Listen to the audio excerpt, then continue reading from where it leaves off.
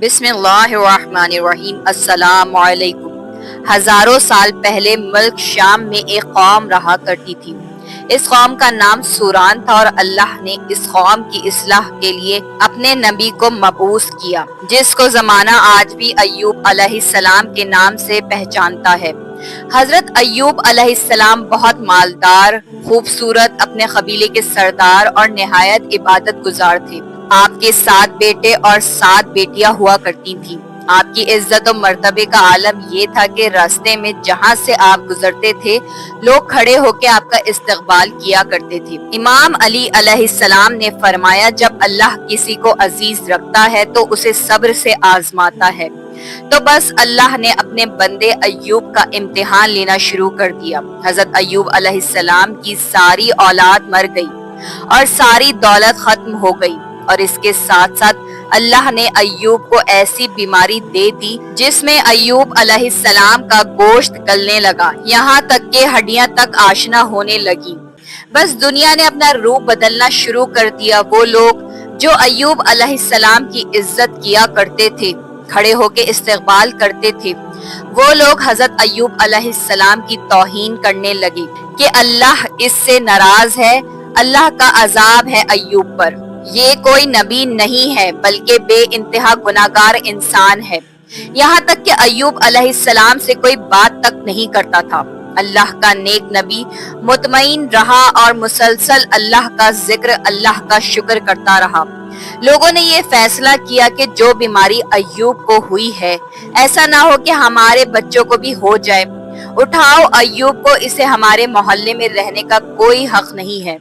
بس کپڑے میں لپیٹ کر ایوب علیہ السلام کو کچرے کے ڈھیر پر پھینک آتے ہیں۔ بس ایوب علیہ السلام کے ساتھ ان کی بیوی اور ایوب علیہ السلام مطمئن رہ کر اللہ کا ذکر کرتے ہیں، شکر کرتے ہیں۔ جب کھانے کے لیے کچھ نہ بچا تو ایوب علیہ السلام کی زوجہ لوگوں کے گھر میں جا کر کام کیا کرتی تھی۔ وہ جو تھوڑی سی اجرت ملتی تھی، اس میں وہ ایوب علیہ السلام کا علاج کراتی تھی۔ لیکن ایوب علیہ السلام اللہ کے ذکر و شکر میں مصروف رہے۔ تاریخ میں لکھا 12 ماہ یا 18 ماہ مسلسل ایوب علیہ السلام کی بیماری بڑھتی رہی۔ ایک دن آپ کی زوجہ نے کہا، اے اللہ کے نبی، آپ اللہ سے دعا کیوں نہیں کرتے کہ اللہ آپ کو شفا عطا کرے؟ حضرت ایوب نے مسکرا کر کہا، مجھے یہ بتاؤ ہم نے خوشحالی میں کتنے برس گزارے؟ ان کی بیوی نے کہا، تقریباً 80 سال۔ تو آپ رونے لگے اور کہا، 80 سال تک خوشحال رہے تو خوش تھے، ابھی 1 سال سے اللہ نے امتحان لیا تو ہم میں ہمت ختم ہو گئی۔ جب تک اللہ اپنے بندے کو آزمانا چاہے میں امتحان دوں گا۔ یہاں تک کہ حضرت ایوب علیہ السلام کے جو جسم کے زخم ہوا کرتے تھے، اس میں کیڑے پڑنے لگے۔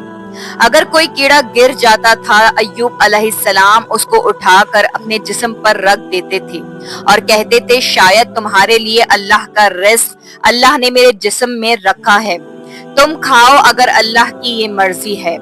تو بس جب لوگوں نے ایوب علیہ السلام کی زوجہ کو کام دینے سے بھی انکار کر دیا، لوگوں نے یہ چاہا کہ ایوب کی بیوی ہمارے محلے میں آتی ہے، ایسا نہ ہو کہ ایوب کی بیماری ہمارے بچوں کو نہ لگ جائے، اس کو کوئی بھی محلے میں نہیں بلائے گا۔ بس ایوب علیہ السلام کی زوجہ رو رو کر کہنے لگی، اے اللہ کے نبی، اللہ سے دعا کرو۔ تو ایوب علیہ السلام نے ہاتھ اٹھا کر کہا، اے اللہ، یقیناً تو رحم کرنے والا ہے، اپنے بندے پر رحم کر۔ بس یہ کہنا تھا تو آواز غیب آئی، ایوب اپنا پاؤں زمین پر مارو، وہاں سے چشمہ نکلے گا، اس سے نہاؤ۔ بس ایوب علیہ السلام نے اپنا پاؤں زمین پر مارا، وہاں سے چشمہ نمودار ہوا۔ ایوب علیہ السلام نے جیسے ہی اس پانی کو اپنے جسم پر لگایا، اللہ کے فضل و کرم سے ایوب علیہ السلام کی بیماری ختم ہو گئی، پھر سے جوان ہو گئے اور اللہ نے آسمان سے سونا برسانا شروع کر دیا، اور اللہ نے ایوب علیہ السلام کی بیوی کو بھی جوانی بخش دی اور 23 بیٹے اور 27 بیٹیاں عطا کی، اور وہ پہلے سے زیادہ خوشحال و شادمان ہو گئے۔ بے شک اللہ اپنے بندوں پر رحم فرمانے والا ہے۔